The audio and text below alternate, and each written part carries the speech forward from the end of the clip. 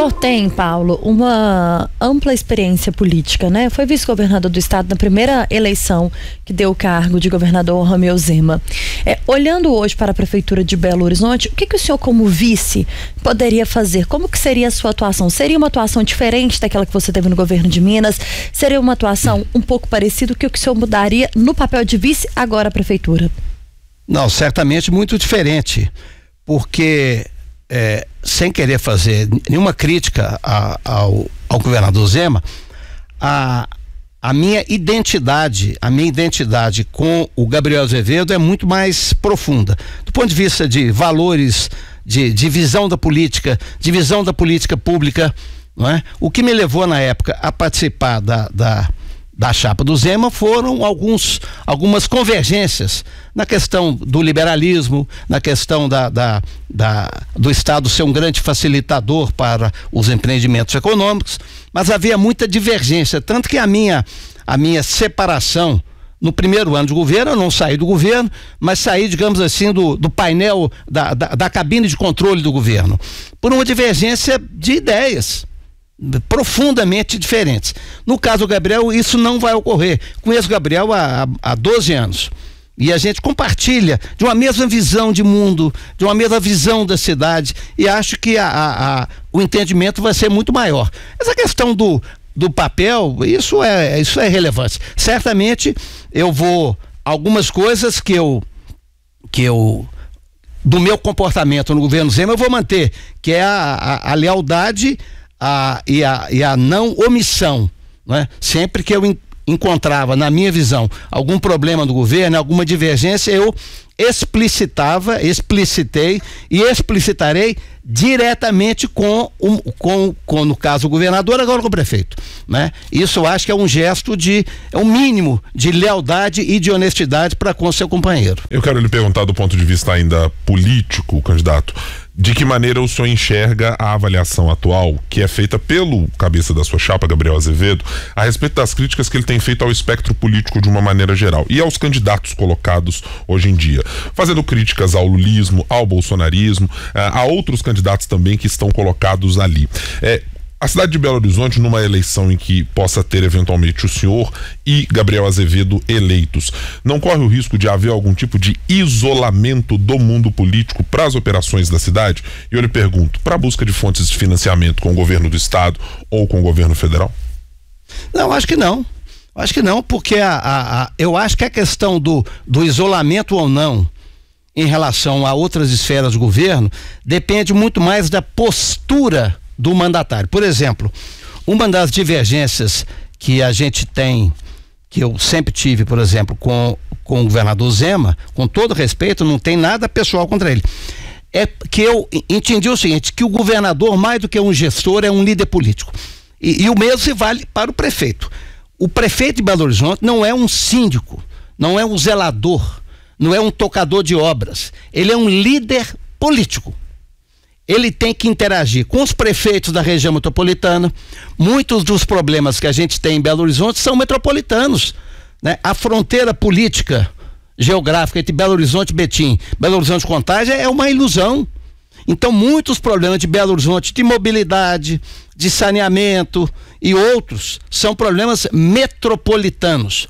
Então, o líder político, prefeito de Belo Horizonte, tem que ter liderança com os prefeitos da região metropolitana, com o governador do estado, postura altiva, não do candidato, não da pessoa, do cargo. Prefeito de Belo Horizonte é uma cadeira grande, é o prefeito da terceira mais importante cidade do Brasil. Nós perdemos população, mas eu acho que em termos de representação política, porque é o segundo estado da federação.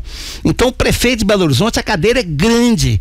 Então, e o estilo do Gabriel, quer dizer, Gabriel é um ator político, ele é político. Na sua essência, né? A gente sempre discute o seguinte: secretariado não é técnico, secretariado é político com qualificação técnica, mas não é técnico, né? O papel do secretário de Estado é também papel político.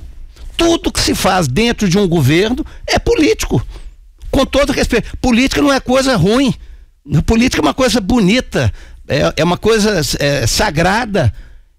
A política é o oposto da guerra, da briga, né? É o oposto da briga, o oposto da guerra, o que é a política?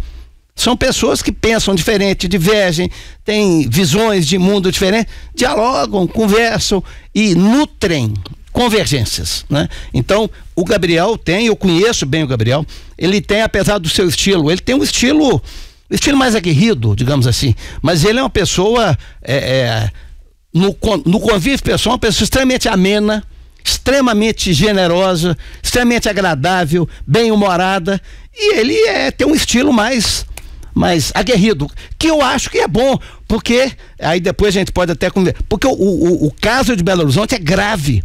Belo Horizonte é uma cidade que tem uma doença grave, e se não for atacada nas suas causas, corremos o risco de colapsar. Cidades colapsam. Que seria essa, fazendo aí uma alusão à palavra que o senhor usou? O nosso programa de governo, ele além de listar ações, ele tem uma concepção. Esse modelo de cidade que a gente tem, carro para lá, carro para cá, pessoas morando longe, cidade espalhada, que é um modelo que veio dos Estados Unidos, você não vai mudar isso de um dia para o outro. Claro que não. Então, enquanto isso, quer dizer, as dores da cidade são, você tem que construir viadutos na Cristiano Machado? Claro que tem, mas isso não ataca a doença. A causa é o que é? Esse modelo onde o trabalho é distante da moradia. Então nós temos que fazer mudar a direção, começar a adensar a cidade, começar a verticalizar, começar a fazer com que as pessoas morem mais próximo. Questão da mobilidade, por exemplo. Tem um dado que é estarrecedor. O trânsito de Belo Horizonte só tem piorado. Só. Agora, a população de Belo Horizonte, nos últimos 24 anos, de 2000 para cá, ela praticamente não cresceu. Nos últimos 4 ela caiu. Mas de 2000 a 2024 ela cresceu 2,5%. Hoje você tem o sistema de home office. Então, teoricamente, o trânsito não era para estar piorando e só piora.